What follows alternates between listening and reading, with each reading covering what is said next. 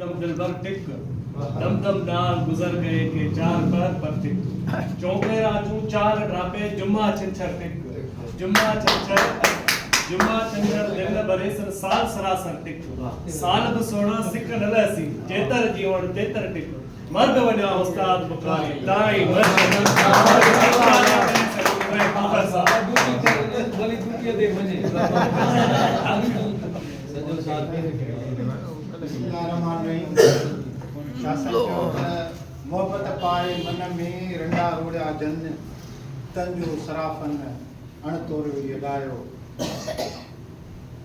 सभिनी खां पहिरियां त मूंखां सदारत कराइण वारी जेका ॻाल्हि आहे मां मञा थो त मुंहिंजे लाइ एज़ाज़ जी ॻाल्हि आहे जॾहिं तव्हांखे इज़त मिले त तव्हां हिते वठंदा कयो पर जॾहिं जंहिं प्रोग्राम में मुंहिंजा उस्ताद वेठा हुजनि मुंहिंजा सीनियर वेठा हुजनि जिन खां मां सिखियो हुजां उन्हनि जी मौजूदगीअ में सदारत करणु ऐं ॿियो असां उस्ताद माण्हू आहियूं पब्लिक स्पीकर आहियूं पब्लिक स्पीकर ऐं जेको उस्ताद हूंदो आहे न साईं उहो पंहिंजे फील्ड में ॻाल्हाईंदो आहे हाणे सदारत जा जेको प्रोटोकॉल आहिनि उन में वरी पोइ जज ॻाल्हायो उन ते ॻाल्हाइणो पवंदो आहे उन खां ॿ ॾींहं पहिरियों टॉपिक ते त मां साईं सतार खां इजाज़त वठंदुसि त मूंखे हिननि फॉर्मेलिटीज़ खां आजो कनि त मां उन हिसाब सां ॻाल्हायां बाक़ी दोस्तनि तमामु सुठो ॻाल्हायो तमामु बहितरीनु ॻाल्हायो नजम अब्बासी ज़िंदगी ते रोशनी विधी साईं अंग्रेज़ साहिबु जेको आहे सो असांखे ॿुधायो त ॿिनि क़िस्मनि जा दानिश्वर हूंदा आहिनि ॿिनि क़िस्मनि जा इहो बेसिकली एंटोनियो ग्रामची आहे उनजी हिकिड़ी थियरी आहे त there are two types of intellectuals ॿिनि क़िस्मनि जा इंटेलेक्चुअल हूंदा आहिनि उहो हुनखे नालो ॾिए थो त हिकिड़ा ट्रेडिशनल इंटेलेक्चुअल हूंदा आहिनि ॿिया ऑर्गेनिक इंटेलेक्चुअल हूंदा आहिनि जेके ट्रेडिशनल इंटेलेक्चुअल हूंदा आहिनि उहे जेके मुरवज जे तरीक़ा हूंदा आहिनि उन्हनि जी सपोर्ट में लिखंदा रहंदा आहिनि पोइ भली पाण खे दानिश्वर बि चवनि ऐं पाण खे तब्दीली पसंदि बि चवनि पर जेके बि स्टैंडर्ड वैल्यूज़ हूंदा आहिनि जेके बि मुआशरे जा मुरवज तरीक़ा हूंदा आहिनि उन्हनि जी फेवर में लिखंदा रहंदा आहिनि जेके ऑर्गेनिक इंटेलेक्चुअल हूंदा आहिनि ऑर्गेनिक दानिश्वर हूंदा आहिनि उहे उन्हनि मुरवज जे तरीक़नि खे टोड़े हिकिड़ी नए जहान ॾियण जी कोशिशि कंदा आहिनि पोइ उनजी पादाश में सज़ाऊं बि खाईंदा आहिनि उनजी पादाश में जेल बि वेंदा आहिनि तारीख़ गवाह आहे त ग्रामची खे मुसोलिनी जॾहिं जेल में विधो ठीकु आहे मुसोलिनी जो हिटलर फाशिस्ट सभई हुनखे सुञाणनि था त अॼु मुसोलिनी जो नालो लाहे पर सॼी दुनिया में ग्रामची ॻायो थो वञे ऐं सॼी दुनिया में ग्रामची पढ़ियो थो वञे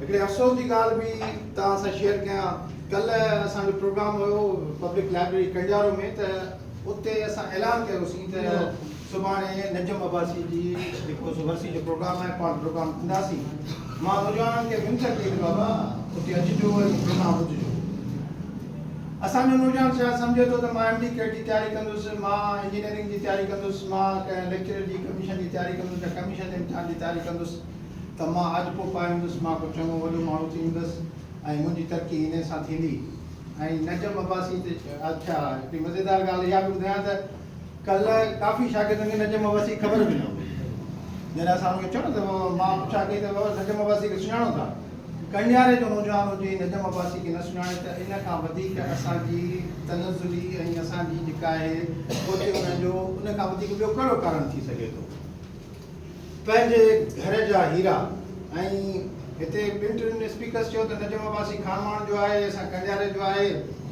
खानवान ऐं कंडियारे वारनि खे जेको आहे सो हुनजी वरसियूं मल्हाइणु खपनि प्रोग्राम करणु खपनि बिल्कुलु ग़लति ॻाल्हि आहे नजम अब्बासी सॼी सिंध जो वरसो आहे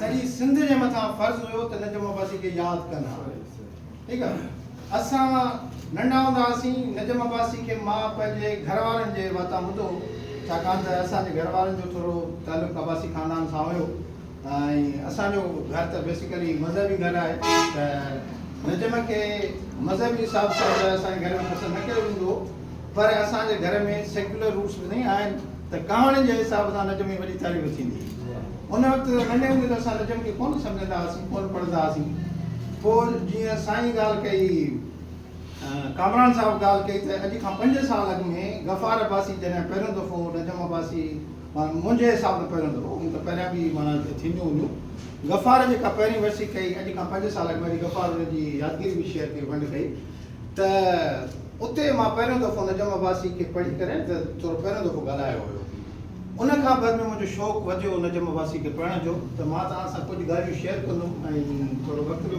बर्दाश्त कजो बोर थी वञो त बसि तव्हांजे चहिरनि ते जेको रंग अची वियो मां सम्झी वियुमि में पंहिंजी तकलीफ़ ख़तमु कंदुमि नजम अब्बासी सिंध में जेकॾहिं हिकिड़ी गौर कयूं न हिते मुंहिंजा उस्ताद बि वेठा आहिनि नौजवान शागिर्द बि वेठा आहिनि जेकॾहिं अदब सां दिलचस्पी रखंदड़ माण्हू हूंदो त हिक सां टई हुई उहा कमाल जी टई हुई उन टई में कमाल जा लेखक हुआ कमाल जा राइटर हुआ ऐं सभु मुख़्तलिफ़ सभिनी जी पंहिंजी पंहिंजी अलॻि वाट हुई पंहिंजो पंहिंजो अलॻि रस्तो हुयो पर उन्हनि में काफ़ी ॻाल्हियूं मुश्तरक हुयूं मिसाल जी ॻाल्हि शाइरी में असां वटि सभिनी खां वॾे में वॾो नालो शेख ख़याज़ हुयो या शेख ख़याज़ जी टई कहाणी में असां वटि वॾे में वॾो नालो साईं नजम अब्बासी जो आहे असां वटि कहाणी में वॾे में वॾो नालो खल साहब जो आहे इब्राहिम खल जो आहे ठीकु आहे गुलाम रब्बानी आगरे जो आहे असां वटि पंहिंजे हिसाब सां नावल में असां वटि सलीम जो नालो आहे असां वटि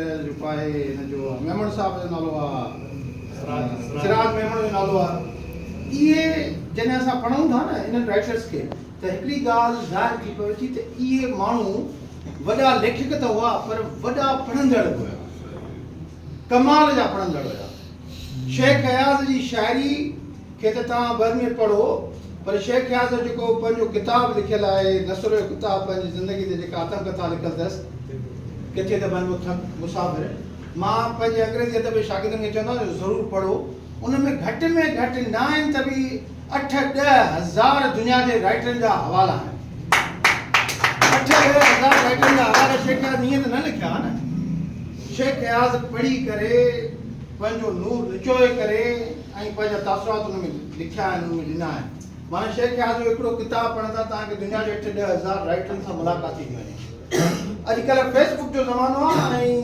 अॼुकल्ह सोशल मीडिया जा ज़माना आहिनि सोशल मीडिया ते स्कैंडल बि ॾाढे तेज़ी सां ठहंदा आहिनि मिसाल जी ॻाल्हि असांजे हिकिड़ो अंग्रेज़ी जो प्रोफेसर आहे मनोज कुमार साहब उन शेख ख़याज़ हिकिड़ो वॾो इल्ज़ाम हणी छॾियो चई त जेकॾहिं शेख ख़याज़ खे अंग्रेज़ी में ट्रांसलेट कयूं त ख़बर पवंदी त शेख ख़याज़ अध खां वधीक नज़म त चोरी थियल आहिनि कापी थियल आहिनि इहो शेख ख़याज़ हिकिड़ो तमामु वॾो इल्ज़ाम बाबा इंटरटेक्चुअलिटी थींदी आहे कार्ल जंग चयो हो त कलेक्टिव विज़डम में कलेक्टिव ख़्यालात ट्रांसफर थींदा आहिनि माना जेको अरस्तू हेॾी महिनत करे जेके ख़्याल सोचिया हुआ न त अरस्तू वारी पोइ वारी जनरेशन में उहे ख़्यालात ट्रांसफर थिया हुया वरी ईअं इंसानी ज़ात जी समय सालनि जी तारीख़ में जेके इंसानी ज़ातनि विखूं खयूं आहिनि त इंसानी जेका स्पेशी आहे उन्हनि उन खां अॻिते जो सोचियो आहे अॼु असांजो ॿारु जॾहिं ॼमे थो त उनखे इन्हनि सभिनी शयुनि जी बेसिकली ख़बर आहे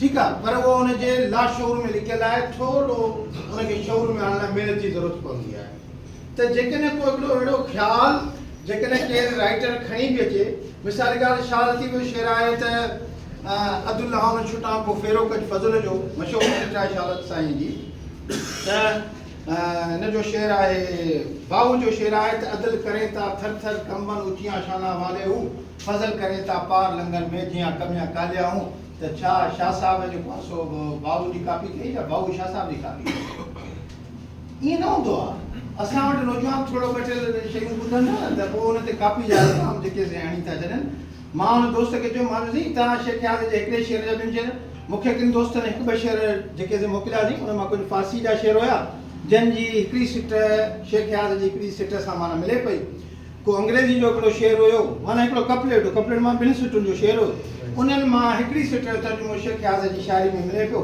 मां चयोमांसि त इहे 2 मिसाल ॾेई करे तव्हां शेख ख़याज़ जा जेके ई 50 खनि किताब लिखियल आहिनि शाइरी जा उन सभिनी ते असां मंदिड़ो पाए छॾींदासीं त कापी करे लिखी ईअं न हूंदो आहे ठीकु आहे मां हिननि माण्हुनि खे क्रेडिट ॾींदो आहियां त इहे माण्हू उन दौर जी पैदावार आहिनि जॾहिं PDF बि न हुयो जॾहिं कंप्यूटर बि न हुयो ऐं किताब मिलणु आसान बि कोन हुया मूंखे यादि आहे त कराची में हिकिड़ो किताब घर हुयो अमेरिकन बुक सेंटर उनजे मालिक सां मुंहिंजी मुलाक़ात थींदी त उन मूंखे ॿुधायो त कराची में सभिनी खां वॾो किताब घर मूं वटि हूंदो ऐं मां उन वक़्त में अमेरिका मां किताब घुराईंदुसि बर्तानिया मां किताब घुराईंदुसि ऐं उन मूंखे ॿुधायो त मुंहिंजे किताब घर में ज़ुल्फ़कार अली भुट्टो बि आयो अयूब खान बि आयो ऐं तव्हांजो मुमताज़ भुट्टो बि ईंदो वॾा वॾा माण्हू मूं वटि अची मूंखां किताब जेके से वठी वेंदा ऐं अहिड़े तरीक़े सां कराची सदर में हिकिड़ो ॿियो पुराणो किताब घर आहे अञा ताईं आहे थॉमसन जे नाले सां मुंहिंजे ख़्याल में शायदि उन वटि किताब हूंदा त अहिड़े काल वारे ज़माने में बि इहे माण्हू इंटरनेशनल लिटरेचर पढ़ंदा हुया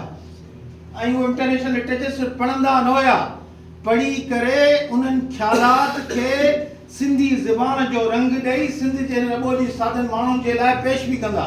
ऐं हाणे हुननि ते असां चऊं त काफ़ी कंदा तमामु वॾी नाइंसाफ़ी जेका असां लिटरेचर ऐं अदब जा माण्हू सम्झी सघूं। तन्वी साईं नजम अब्बासी खे जॾहिं असां परखींदासीं त असां साईं नजम अब्बासी खे हिकिड़ो साइंसी ऐं ॿियो जदीद कहाणीकार जदीद लेखक करे मञींदासीं। लेखकनि जा बि मुख़्तलिफ़ क़िस्म थींदा आहिनि। हाणे अचो ॾिसूं त जदीद कहाणीकार जदीद लेखक कहिड़ा थींदा आहिनि। लिटरेचर में असां जॾहिं जदीद पढ़ाईंदा आहियूं त पोइ असां टाइम सां न पढ़ाईंदा आहियूं। मिसाल जी ॻाल्हि 2025 में जेका शइ हूंदी त उहा जदीद हूंदी न बाबा, उनखे असां जदीद चवंदासीं, उनखे असां मॉडर्न चवंदासीं, भाई शइ मॉडर्न आहे। पर अदब में का बि शइ मॉडर्न वक़्त जे हिसाब सां न थींदी। अदब में मॉडर्न जी डेफिनेशन अलॻि हूंदी आहे। अदब में मॉडर्न या जदीद उन शइ खे चइबो आहे जेका शइ रवायत खां हटियल हुजे, जेका शइ रवायत खां कटियल हुजे, जेका शइ रवायत खां बाग़ी हुजे, माना ट्रेडिशन खां बाक़ी जेका बि शइ हूंदी त उनखे असां सॾींदासीं जदीद। पोइ 20 सदी खां पोइ त साइंस ऐं टेक्नोलॉजी जी जेका तरक़ी थी ऐं इंसान में साइंस ऐं टेक्नोलॉजी जे करे ज़िंदगी में बि तब्दीलियूं आयूं त पोइ 20 सदी जा जेके राइटर आहिनि अल्टीमेटली जदीद थींदा आहिनि। पर इन जो मक़सदु न आहे त 20 सदी जा सभु राइटर 21 सदी जा सभु राइटर जेके जदीद हुजनि। अॼु बि तव्हां सिंधी अदब पढ़ो, अॼु बि तव्हांखे सिंधी अदब में ट्रेडिशनल राइटर वधीक मिलंदा। अॼु बि तव्हांखे सिंधी अदब में जदीद राइटर न मिलंदो। मां अॼु बि चैलेंज सां चवां थो, छाकाणि अॼु बि असां किताब पढ़ूं था, कहाणी पढ़ूं था, सिंधी राइटर इहे 2-3 ख़्यालात खां मुतासिर थी करे कोशिशि करे थो त मां हिकिड़े नए अंदाज़ में लिखां, पर उनजे मथां उहो ट्रेडिशन वारो जेको आहे न उहो तरीक़ो मथां हावी लॻो पियो आहे। मिसाल जी ॻाल्हि असांजे राइटर लिखी छॾियो त जदीद थियण ज़रूरी आहे त असां मज़हब ते तनक़ीद कंदासीं, जदीद थी वेंदासीं। बाबा मज़हब ते तनक़ीद तव्हां कयो त कुझु फज़ीलत सां कयो न, उनजा अगरि साइंटिफिक वैल्यूज़ हुजनि न, साइंटिफिक फाउंडेशन हुजनि न। कल्ह मां हिकिड़ी कहाणी पढ़ी फेसबुक ते, हिकिड़ी कहाणी आहे, सिंध जो वॾो कहाणीकार आहे, उन पंहिंजी कहाणी फेसबुक ते शेयर कई आहे। उन में चई त हिकिड़ी माई आहे, उहा पंहिंजे ताज़े ॼावल ॿार खे पूरे थी। उहा पूरे थी त हिकिड़ो भाई हुनखे राति जो ॾिसे थो, चौकीदार, उहो चए थो छो थी पूरी?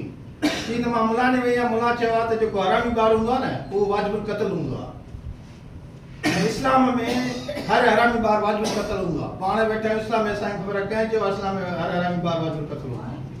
माना हिकिड़ी ख़बर कान्हे का, पर हुन पंहिंजो पाण खे जदीद करण जी कोशिशि में हिकु अहिड़ी ॻाल्हि कई त रीडर जेके न मूंखे चवंदा आहिनि मां जदीद। हाणे जदीद छा खे चवंदा आहियूं असां क्लास में जदीद कीअं पढ़ाईंदा आहियूं? असां चवंदा आहियूं त जेका 19वीं सदी आहे न, 19th सेंचुरी, उन 4 वॾा दिमाग़ पैदा कयासीं ऐं उन 4 दिमाग़नि हे 20 सदी ऐं 21 सदी जे माण्हुनि जो रहण करण जी सोच तब्दील करे छॾी। ऐं उन्हनि 4 जे ख़्यालात खे मिलाए जुलाए करे जेको अदब सर्जो वेंदो न उहो जदीद अदब हूंदो आहे। उन्हनि में पहिरियों नालो आहे असां वटि चार्ल्स डार्विन जो। डार्विन बेसिकली हिकिड़ो जेको आहे बॉटनिस्ट हुयो, ॿूटनि जे इल्म जो हिकिड़ो माहिर हुयो। अच्छा, मज़े जी ॻाल्हि आहे त 4 मां मिलाईंदे सभु मुलनि जा पुट आहे। डार्विन में मुले जो पुटु, डार्विन बि चर्च सां लाॻापियल हो, पर हुन पंहिंजे शऊर, पंहिंजी जदोजहद, पंहिंजी कोशिशि ऐं इंसानी दिमाग़ खे इस्तेमालु कंदे दुनिया में हिकु उहा थियरी ॾिनी जंहिं दुनिया जा बुनियादी मटाए छॾिया। डार्विन खां अॻु में सभु इंसान चवंदा त हीअ काइनात ठाही वई आहे, हिन काइनात जो हिकिड़ो क्रिएटर आहे। क्रिएटर माना ठाही वई आहे, क्रिएशन आहे त तव्हां क्रिएटर खे मञींदो। डार्विन वाहिद माण्हू हो जंहिं चयो त हीअ दुनिया ठाही न वई आहे, हिन दुनिया जी इवोल्यूशन थी आहे, हिन दुनिया जी इर्तिका थी आहे। ऐं इर्तिका जो चई करे डार्विन क्रिएटर ऐं क्रिएशन वारो चक्कर ई बंदि करे छॾियो। हाणे डार्विन जी थियरी केतिरी सची आहे, सही आहे, उन ते साइंस वारो बहस कंदा। पाण अदब जा माण्हू पाण इन ते बहस कोन था कनि। पाण इन ते था चऊं त डार्विन खां पोइ हिकिड़ो कॉन्सेप्ट आयो त हीअ दुनिया इवॉल्व थी आहे, हिन दुनिया में इर्तिका थी आहे। त हाणे जेको अदब क्रिएशन जी ॻाल्हि करे, जेको अदब क्रिएटर जी ॻाल्हि कंदो, उहो अदब बेसिकली ट्रेडिशन जी ॻाल्हि कंदो, उहो ट्रेडिशनल लिटरेचर हूंदो। जंहिं बि अदब में असां एवोल्यूशन ॾिसूं, जंहिं बि अदब में असां इर्तिका ॾिसंदासीं त उहो अदब ट्रेडिशनल अदब न हूंदो, उहो मॉडर्न लिटरेचर सां रहंदो। त मॉडर्निज़म जे पहिरें अब जे तौर सां नालो अचे थो चार्ल्स डार्विन, ॿिए अबे जे तौर नालो अचे थो कार्ल मार्क्स जो। मार्क्स ऐं डार्विन साॻे तौर सां वास्तो रखंदड़ माण्हू हुआ, हिक ॿिए सां मिलिया बि न हुआ ऐं शायदि हिक ॿिए जा किताब बि कोन पढ़िया हूंदा, पर ॾिसो त इंसानी दिमाग़ जी सोचुनि जा केॾा महवर हिक ॿिए सां मिलनि था। ईअं ज़रूरी न आहे त जेकॾहिं तव्हां हिते बि कंडियारे में का शइ सोच कयो त उहा सिर्फ़ु तव्हां जी सोच हूंदी, थी सघे थो ख़ैरपुर में वेठल केरु माण्हू तव्हां वांगुरु सोचे सघे थो। ठीकु आहे, त डार्विन खां बाद में मार्क्स हुयो जंहिं चयो त हीअ दुनिया जेका उहा मैटर जी ठहियल आहे, हीअ दुनिया छा जी ठहियल आहे, मैटर जी ठहियल आहे, मादे जी ठहियल आहे, ऐं हिन दुनिया जा मसइला बि मादी आहिनि त पोइ हुनजा हल बि मादी हूंदा। ठीकु आहे न, मटीरियल वर्ल्ड, मटीरियलिज़म जो वॾे में वॾो जेको आहे सो फिलासफर आहे कार्ल मार्क्स। उन त पोइ डायलैक्टिकल मटीरियलिज़म जेको पूरो हिकिड़ो असांखे निसाब ॾिनो, तरीक़ो ॾिनो, खणी हेगल खां मुतासिर कयो ऐं उन खां ई शयूं ॿाहिरि कयूं, पर हुन डायलैक्टिकल मटीरियलिज़म जी पूरी असांखे फ़लसफ़ो ॾिनो। पर जेको बि राइटर मटीरियलिज़म में यकीन रखंदो ऐं हिन दुनिया जे मसइलनि खे मैटर सां रिलेट कंदो, स्पिरिट खे साइड ते कंदो, स्पिरिचुअलिज़म खे साइड ते कंदो, रूहानियत या मज़हब वारियूं ॻाल्हियूं छाकाणि मज़हब सॼो स्पिरिट ते ॿधल आहे न। अगरि मज़े जी ॻाल्हि तव्हांखे ॿुधायां, मां पाण मज़हबी माण्हू आहियां, पर जेके हक़ीक़तूं आहिनि एज़ अ उस्ताद मुंहिंजी ज़िमेदारी आहे त मां उहे पंहिंजे ऑडियंस ताईं ऐं पंहिंजे दोस्तनि ताईं पहुचायां। त कार्ल मार्क्स चयो त हिन दुनिया जा मसइला सभु मादी आहिनि, हीअ दुनिया मादे जी ठहियल आहे, हिन में स्पिरिट जो को बि माना रोल न आहे। हा, स्पिरिट माण्हू खणी था अचनि, पर हो पंहिंजे हुन अफ़ीम जो मिसाल ॾेई चयो त जीअं अफ़ीम कंहिं बि मसइले जे लाइ थोरी देरि जे लाइ हुनजो सॉल्यूशन कढंदी आहे, पर मसइले खे परमानेंट हल न कंदी आहे। त हुन चयो त रिलीजन हिकिड़े अफ़ीम वांगुरु कमु कंदो आहे, ग़रीब ऐं मज़लूम माण्हू खे हू पंहिंजी मज़लूमियत कीअं बरक़रार रखे सघंदो, जॾहिं तव्हां हुनखे चवंदो आहे आख़िरत में अलाह तोखे अजर ॾींदो, त पोइ माण्हू खे उहा तकलीफ़ बर्दाश्त कढी सघे पैदा थींदी। त हाणे जेको लिटरेचर इन्हनि ॻाल्हियुनि खे प्रमोट करे, आख़िरत खे प्रमोट करे, ग़रीब खे ग़रीब हुजण ते फ़ख़्रु महसूसु कराए, ग़रीब खे चए त तव्हांजी क़िस्मत में लिखियलु आहे त तव्हां ग़रीब आहियो, उहो लिटरेचर ट्रेडिशनल लिटरेचर हूंदो। जेको लिटरेचर चए त न, ही मादी मसइला आहिनि, हिननि जा मादी हल आहिनि, ऐं ही जेके बि गुरबत, अमीराइप, नंढ वॾाइप, वॾेराइप, कमदारी, हारपो, इहे सभु मुआशिरे जा पंहिंजा ठाहियल उसूल आहिनि। जेको लिटरेचर इन ॻाल्हि खे प्रमोट कंदो उहो लिटरेचर थींदो जदीद। इन फील्ड में टियों अबो, अच्छा असां क्लास में पढ़ंदा आहियूं मॉडर्निज़म जा अबा, इन जो टियों अबो आहे फ्रेडरिक नीचे। फ्रेडरिक नीचे उन ते वॾी तनक़ीद बि थींदी आहे, आख़िरी ज़माने में खणी चरियो थी वियो, पागल थी वियो, उहा हिकिड़ी अलॻि ॻाल्हि आहे। असांजो जेको पाकिस्तान वॾे में शाइर आहे अलामा इक़बाल, उन ते वरी साॻियो इल्ज़ाम लॻंदो आहे त उन चोरी कई आहे। लिटरेचर में चोरियूं थींदियूं आहिनि छा? ख़्यालात में चोरियूं न थींदियूं आहिनि, हा मुतासिर ज़रूरु थींदा आहिनि। ऐं उहो इक़बाल पाण बि मञो त मां नीचे खां जेको आहे मुतासिर थियल आहियां, उनखे पढ़ियो ऐं लाज़मी आहे। मां हिकिड़ो राइटर पढ़ंदुसि उन खां मुतासिर थींदुसि न, उन जहिड़ी ॻाल्हि कंदुसि त माना पोइ मूं ते इल्ज़ाम लॻंदो मां चोरी करे छॾी, ईअं न हूंदो आहे। ठीकु आहे, त नीचे चयो, उनजो हिकिड़ो किताबु आहे जस्ट स्पोक ज़रातुस्त्रा में लिखियईं त मां वियुमि जबल चोटी ते वियुमि, ख़ुदा जी तलाश में हुउमि, उते हिकिड़ो कोड़ो मूंखे मिलियो, मूंखे चई मां छा थो घुरी, ख़ुदा थो घुरी, चई तुंहिंजो ख़ुदा त मरी, तुंहिंजो ख़ुदा मरी। गॉड इज़ डेड जो जेको कॉन्सेप्ट आहे उहो नीचे ॾिनो ऐं चई ख़ुदा मरियो, पर ख़ुदा तव्हां न्यापो छॾियो आहे। चयो कहिड़ो न्यापो छॾियो आहे? चई ख़ुदा तव्हां न्यापो छॾियो आहे त अॻो जो माण्हू मुंहिंजी तलाश में जॾहिं अचनि हिनखे ॿुधाइजो त बाबा मां त हाणे न आहियां रहियो, पर तव्हां सभिनी जी ज़िमेदारी आहे त तव्हां ख़ुदा थियो। इंसान जी ज़िमेदारी आहे त हर इंसान छा थिए, हर इंसान पाण ख़ुदा थिए। हुन जो नालो रखियो superman. Every human being need to be a superman. हर माण्हू खे सुपरमैन थियणु खपे। ऐं पोइ चई त सुपरमैन कीअं थींदो? सुपरमैन तॾहिं थींदो जॾहिं वॾेरनि जी चमचागिरी न कंदो। सुपरमैन तॾहिं थींदो जॾहिं मेड़ में जीअं माण्हू जॾहिं अक्सर सां वञनि था हरू भरू उन्हनि वांगुरु न हलंदो, पंहिंजे ट्रेडिशन पंहिंजे कल्चर खे मिली हरू भरू वांगुरु जेको आहे सो अंधनि वांगुरु जेको आहे सो पूॼा न कंदो। हुन आइडिया ॾिनो त माण्हू खे थियणु खपे नॉन कन्फर्मिस्ट।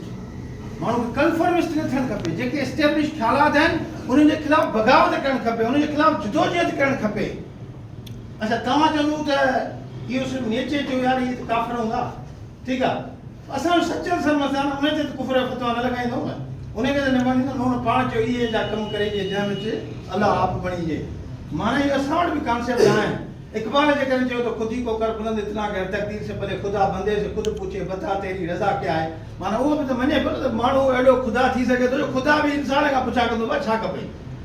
ठीकु आहे, इहे हिकिड़ा वॾा बहस आहिनि। चवंदा मूंखे यादि आहे त मूंखे निजम अब्बासी ते ॻाल्हाइणो आहे, इन खे मां कनेक्ट थो कयां त नीचे चयो हो त जेके एस्टेब्लिश नॉर्म्स आहिनि, जेके एस्टेब्लिश टेबूज़ आहिनि, असां सभु छा ते मोल आहियूं? असां सिंधी तरक़ी छो नथा कयूं? से असांजे वॾनि जूं रवायतूं, असांजा माना साईं हे एस्टेब्लिश नॉर्म्स आहिनि। अब हीअं छो नथा कयो साईं? असांजे रवायतुनि में ईअं न हूंदो आहे, असांजे रीतुनि में ईअं न हूंदो आहे। अब ख़ानदान खां ॿाहिरि शादी कई असांजे वॾनि न कई। जॾहिं माण्हू इन सोच सां हूंदो त नॉन कन्फर्मिस्ट न थींदो, जेसिताईं नॉन कन्फर्मिस्ट न थींदो तेसीं ताईं इंसान तब्दीली जे तरफ़ ऐं वाधारे जे तरफ़ प्रोग्रेस जे तरफ़ क़दम ई नथो खणी सघे। चोथों अबो हिन ॻाल्हि में सभिनी खां वॾे में वॾो अबो, अगरि तव्हां मूंखां पुछा कयो चइनी में सभिनी खां वॾो कहिड़ो, त चोथों हुयो तव्हांजो fried, Sigmund Freud. Sigmund Freud वरी उहो कमाल जो माण्हू हो जंहिं चयो त ही माण्हू ईअं हे तव्हांखे प्रेम छोकिरी फिज़िकली नज़र अचे थो न, अब हथ बथस पेर बथस मुंहुं बथस सभु कुझु चए थो प्रेम खोकर इहो न आहे। असुल प्रेम खोकर कहिड़ो आहे? असुल प्रेम खोकर उहो आहे जेको हिन जे लाशऊर में लिखियलु। वाद माण्हू जंहिं लाशऊर जी परख कई ऐं ॿुधाई त माण्हू जेको हूंदो आहे उहो कॉम्बिनेशन हूंदो आहे शऊर जो, तत्व शऊर जो, लाशऊर जो। हुन नाला की कॉन्शियसनेस, सब कॉन्शियसनेस एंड अनकॉन्शियसनेस। ऐं चई त हेॾो सारो हटो कटो माण्हू आहे न, दिमाग़ हेतिरो तव्हांखे नंढो थो नज़र अचे पर दिमाग़ एॾो वॾो ताक़तवर आहे जो हिन जो तव्हां मां क्लास में ईअं मिसाल ॾिना, मां अमेरिका चवंदुमि तव्हां सभु अमेरिका पे अची वेंदो है न। हेॾा मां अमेरिका चयो त तव्हांजे दिमाग़ में अमेरिका अची वियो, एॾो ई दिमाग़ ताक़तवर आहे। त फ्राइड चयो हो त हीअ जेके माण्हू आहिनि न, इहे माण्हू पंहिंजे अनकॉन्शियसनेस जी प्रोडक्ट आहिनि। हाणे थियरीज़ तमामु वॾियूं आहिनि, मां तव्हांखे हिकिड़ी ॻाल्हि करे ॿुधायां त उन खां बाद में जदीद लिटरेचर उहो हूंदो जेको इंसान जी नफ़्सियात जो बि जाइज़ो वठे। फ्राइड खां अॻु में इंसानी नफ़्सियात जो अमल दख़ल एॾो वॾो न हूंदो। ईअं हूंदो मिसाल जी ॻाल्हि शेक्सपियर खे बि असां पढ़ूं था त शेक्सपियर में बि असां वटि इंसानी साइकोलॉजी जो केरु सुवाल पुछा कंदो न, भई शेक्सपियर एॾो वॾो राइटर छो, त असां हुनखे चवंदा आहियूं because Shakespeare was master of human psychology.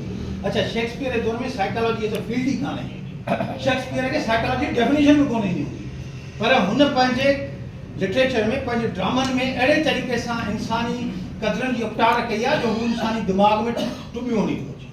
तंहिंजे करे हुनखे असां वॾो राइटर चवंदा आहियूं। त जेको अदब इंसानी साइकोलॉजी जे हिसाब सां शयुनि खे लिखंदो ऐं ज़ाहिर ज़हूर वारे कॉन्टेक्स्ट खां निकिरी वेंदो त उनखे असां सॾींदा आहियूं जदीद राइटर। उहो जदीद लेखक हूंदो आहे, मॉडर्न लेखक हूंदो आहे। हाणे इन चइनी उसूलनि ते जॾहिं असां नजम अब्बासी खे परखूं था त मां सिंधी अदब खणी एॾो वॾो न पढ़ियो हूंदो, पर जेतिरो बि पढ़ियो आहे, हिकिड़ो दफ़ो वरी थो चवां, सिंधी अदब तमामु घणो न पढ़ियो हूंदो, पर मां जेतिरो बि पढ़ियो आहे उन जेतिरे बि पढ़ण में जेकॾहिं तव्हांखे सिंधी अदब में परफेक्ट जदीद ऐं साइंटिफिक राइटर ॻोल्हणो आहे त सिर्फ़ु नजम अब्बासी मिलंदो। हुन तव्हां कहाणी पढ़ो, हुन तव्हां तर्जुमा पढ़ो, हुन जेके नावेल लिखिया उहे पढ़ो, हे साईं सरमद ख़त पढ़ियो हुनजो, त हीअ तव्हांखे शुरू खां वठी साइंटिफिक माण्हू मिलंदो। अच्छा, हाणे जदीद ऐं साइंटिफिक जो थोरो फ़र्क़ु कयूं। साइंटिफिक छा आहे? साइंस जा शागिर्द वेठा आहिनि, साइंस पढ़ी हूंदी न। साइंस उहो इल्मु आहे जेको तजुर्बे ऐं मुशाहिदनि सां हासिलु कयो वेंदो आहे। उन जे लाइ हिकिड़ी लेबॉरेटरी जो हुजणु ज़रूरी आहे जिते तव्हां शयुनि खे टेस्ट कंदा आहियो। त नजम अब्बासी बेसिकली पाण त डॉक्टर हुयो ऐं MBBS डॉक्टर हुयो। हिन खे डॉक्टर नजम अब्बासी सां इन लाइ था सॾूं छाकाणि त ही MBBS डॉक्टर हुयो। पर नजम अब्बासी हाणे ॾिसो लिटरेचर खे कीअं थो खणी साइंस जे हिसाब सां, जॾहिं करे मां चयो त साइंसी राइटर हुयो।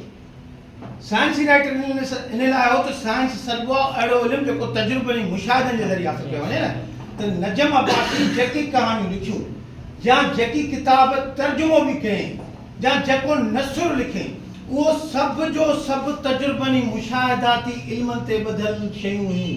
का बि ॿुधल ॻाल्हि, का बि इस्टेब्लिश्ड ॻाल्हि, का बि मुरवज ॻाल्हि, सदियुनि खां हलींदड़ ॻाल्हि खे नजम अब्बासी पंहिंजी कहाणीअ जो मौज़ू न बणायो, न ई को अहिड़ो किताब तर्जुमो कयईं या न ई को अहिड़ो नावल लिखण जी कोशिशि कयईं जेको इस्टेब्लिश नॉर्म खे सपोर्ट करे। न मिसाल जी ॻाल्हि तव्हांखे ॿुधायां त हीउ जेको दौरु हुयो न, जेको नजम अब्बासी वारनि जो जेको दौरु हुयो, इहो सिंध जो हिकिड़ो इनकलाबी दौरु आहे। ॾुख इहो थींदो आहे त सहूलियतूं अॼु सभिनी खां वधीक, यूनिवर्सिटियूं अॼु सभिनी खां वधीक, ॾाढा माण्हू बज़ाहिर असां जहिड़ा सूडो स्कॉलर, सूडो माना कूड़ा, सूडो स्कॉलर असां जहिड़ा वधीक, ठीकु आहे, लेक्चर बि सभिनी खां वधीक हिन दौर में थियनि, सेमिनार बि सभिनी खां वधीक हिन दौर में थियनि, पीएटियूं बि सभिनी खां वधीक हिन दौर में थियनि, एमफिलूं बि सभिनी खां वधीक हिन दौर में थियनि, किताब बि सभिनी खां वधीक हिन दौर में छपजनि।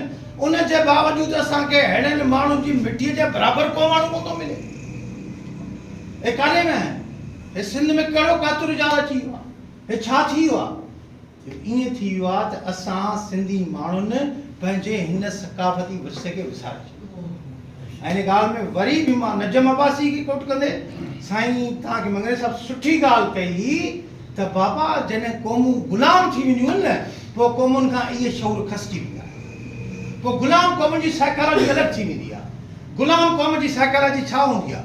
ग़ुलाम क़ौम जी साइकोलॉजी इहा हूंदी आहे त मुंहिंजो मालिक ख़ुशि हुजे, उन जे ख़िलाफ़ु को बि मसइलो न थिए, मूंखे नंढड़ो घरड़ो हुजे, सुकून हुजे, का गारड़ी हुजे, बसि मुंहिंजी ज़िंदगी थी गुज़रे। ऐं इहा साइकोलॉजी असां सिंधी माण्हुनि में डीप रूटेड थी वई आहे। ऐं इहा साइकोलॉजी असां में डीप रूटेड छो थी वई आहे? छाकाणि त असां पंहिंजे असली रहनुमाउनि खे छॾे ॾिनो। केॾे अफ़सोस जी ॻाल्हि आहे त असां सभु हिते वेठा हुजूं, नजम अब्बासी 30-40 किताब लिखी वञे ऐं उहे 30-40 किताब ॿी सॼी सिंध त न पढ़े, पर असां कंडियारे माण्हू न पढ़ूं।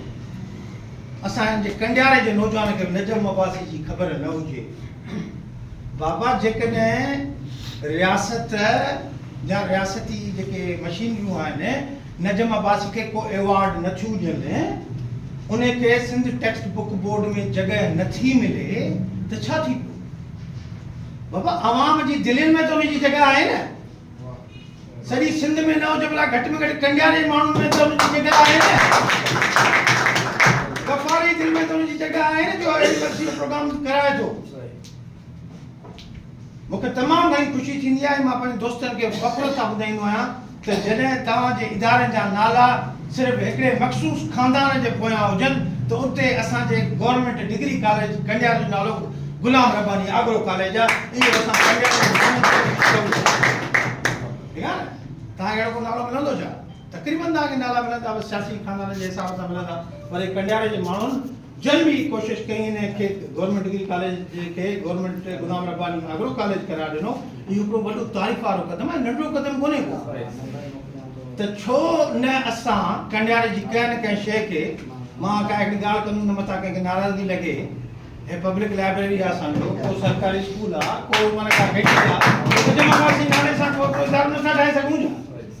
कंडियारे में हिकिड़ो चौक नजम अब्बासी नाले सां नथो ठही सघे छा? ठही सघे थो न। त पंहिंजे राइटर्स खे इज़त असां ॾियारींदासीं। ऐं ॿी ॻाल्हि ॿुधो, इहो असां ॾियारींदासीं त तारीख़ असांखे यादि कंदी। नजम खे यादि करण जे लाइ असांजी मुहताजी जी ज़रूरत कोन्हे का। अंग्रेज़ी अदब में समय मिसाल आहिनि, समय मिसाल अहिड़ा राइटर जेके पंहिंजे दौर में पाड़े वारा बि न सुञाणंदा उन्हनि खे, अॼु उहे पंहिंजे दौर जा वॾा शाहकार राइटर मञा था वञनि। वॾे में वॾो मिसाल आहे जॉन कीट्स। रोमांटिक पोइट्री जो वॾे में वॾो नालो आहे जॉन कीट्स, जंहिंखे अॼुकल्ह चवनि था poet of love and beauty. उन जॉन कीट्स खे पंहिंजे दौर में एतिरो त तशद्दुद कयो वियो जो उन जे लाइ ली हंट लिखियो, न ली हंट लिखियो, उन जे लाइ लिखियो हुयो, प्रिसी शेले लिखियो त Keats was not killed by disease, Keats was killed by the critics. त कीट खे बीमारी न मारियो, कीट खे तनक़ीद न कयो। ऐं छा चयो? स्पेक्टेकल में मज़मून छपियो त तो जहिड़े सेखिड़ाट माण्हू लाइ भलो आहे त वञी मेडिकल ते तयारी कर, तुंहिंजो कहिड़ो कमु आहे, तूं शायरी थो करे। ऐं अॼु असां इन ॻाल्हि चवण ते मजबूर थी पिया आहियूं त वर्ड्सवर्थ 80 सालनि जी उमिरि पाती। घणनि सालनि जी उमिरि पाती अथई? 80 साल जी उमिरि पाती। 1770 में ॼाओ, 1850 में मरियो, 80 सालनि में वर्ड्सवर्थ हो। अंग्रेज़ी